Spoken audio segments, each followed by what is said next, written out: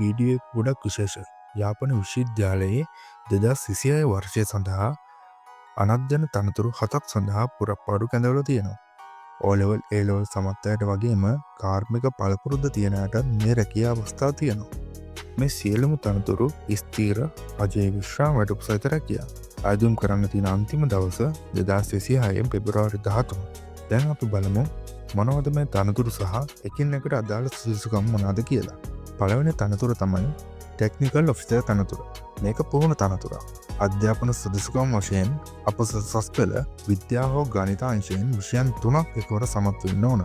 විශේෂ සුදුසුකම් වශයෙන් දක්වලා තියෙනවා අපස සාමාන්‍ය පෙළ විභාගයේදී විද්‍යාව සහ ගණිත යන විෂයන් දෙක ඇතුළුව විෂයන් 6ක් සම්මාන දෙකක් සහිතව සමත් වෙලා තියෙන්න ඕන. එසේම අවුරුදු 18ත් 45ත් අතර විය යුතුයි. දෙවැනි තනතුර තමයි ටෙක්නිකල් ඔෆිසර් ICT තුන්වෙනි ශ්‍රේණිය. මේක අදාළ වෙන්නේ පරිගණක සහ තොරතුරු තාක්ෂණ අංශයට. සුදුසුකම් වශයෙන් දක්වලා තියෙනවා A level විද්‍යාංශයෙන් භෞතික විද්‍යාව විෂය ඇතුළුව විෂයන් 3ක් සමත් වෙලා තියෙන්න ඕන. එහෙම නැත්නම් පිළිගත් ආයතනයකින් NEQ level 5 මට්ටමේ පරිගණක හෝ ඉලෙක්ට්‍රොනික සම්බන්ධ ඩිප්ලෝමාවක් ලබා තිබීම සුදුසුකමක් වෙනවා. ICT ශ්‍රේෂ්ඨය පළපුරුද්දක් තියෙනවා නම් අමතර වාසියක් වෙනවා. ඒ වගේම වයස් සීමා වශයෙන් දක්වලා තියෙනවා අවුරුදු 18ත් 45ත් අතර. තුන්වෙනි තනතුර තමයි ගොඩක් දෙනෙක් බලාපොරොත්තු වෙන තනතුර. කළමනාකරන සාකාර තුන්වන ශ්‍රේණිය. මේකට O level සහ A level දෙකම බලපානවා. O level සුදුසුකම් වශයෙන් සිංහල දෙමළ භාෂාව, ඉංග්‍රීසි භාෂාව සහ ගණිතය ඇතුළු විෂයන් 4කට සම්මාන සහිතව එකවර විෂයන් 6ක් සමත් වෙන්න ඕන. A level සුදුසුකම් වශයෙන් සාමාන්‍ය පොදු පරීක්ෂණය හැර ඕනෑ විෂයන් 3ක් එකවර සමත් වෙලා තියෙන්න ඕන. වයස අවුරුදු 18ට 30ත් අතර වෙන්න ඕන කියලා විශේෂයෙන් සලකලා තියෙනවා. මේකට පරිගණක දැනුම තියෙන අයට වැඩි ප්‍රමුඛතාවයක් ලැබෙනවා. හතරවෙනි තනතුර තමයි විද්‍යාගාර සහායක තුන්වන ශ්‍රේණිය තනතුර. සුදුසුකම් වශයෙන් දක්වලා තියෙනවා O level විභාගය වාර 2ක නොවැඩි ගණනකදී විෂයන් 6ක් සමත් වෙන්න ඕන. එයින් විෂයන් 2කට සම්මාන සාමර්ථ්‍ය තියෙන්න ඕන. විද්‍යා විෂයට සම්මාන තිබීම විශේෂ වාසියක් වෙනවා. වෘත්තීය සුදුසුකම් වශයෙන් දක්වලා තියෙනවා NEQ level 2 හෝ 3 මට්ටමේ අදාළ වෘත්තීය සුදුසුකමක් තිබීම හරහා ඉල්ලුම් කරන්න පුළුවන්. වයස් සීමා වශයෙන් දක්වලා තියෙනවා අවුරුදු 18ත් 45ක් අතර. පස්වන තනතුර තමයි පුස්තකාල සහායක තුන්වන ශ්‍රේණිය. සුදුසුකම් වශයෙන් දක්වලා තියෙනවා O level විභාගය වාර 2ක නොවැඩි ගණනකදී විෂයන් 6ක් සමත් වෙන්න ඕන. ඒ වගේම අඩුම තරමේ සම්මාන දෙකක්වත් තියෙන්න ඕන. ඒ වගේම පුස්තකාල සේවය ගැන පළපුරුද්දක් තියෙනවා නම් වඩා සුදුසුයි කියලා මේ දක්වලා තියෙනවා.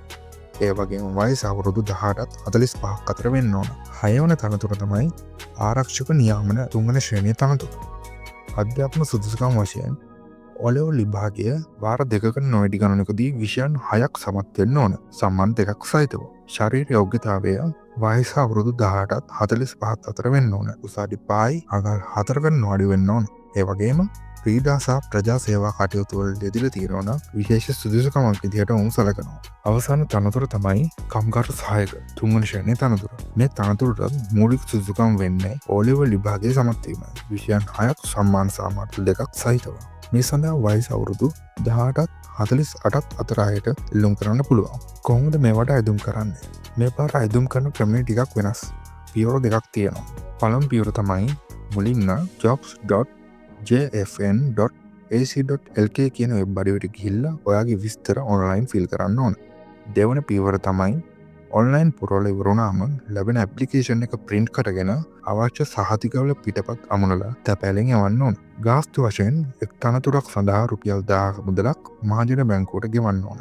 අදාළ ගිණුම් අංකය වන්නේ 162යි CI 180යි 03යි 0.13 යාපන විශ්වවිද්‍යාලය. එය ලැබෙන රිසිට් පත එක අයදුම් පතේ අලවන්න අමතක කරන්නත් එපා. යැවිය යුතු ලිපිනය තමයි නියෝජ්‍ය ලේකාධිකාරී අනධ්‍යයන ආධ්‍යයන ආයතනය අනධ්‍යයන ආයතනාංශය යාපනයේ විශ්වවිද්‍යාලය තැපැල් පෙට්ටිය 57 තුරුනෙල්ලවි යාපනය.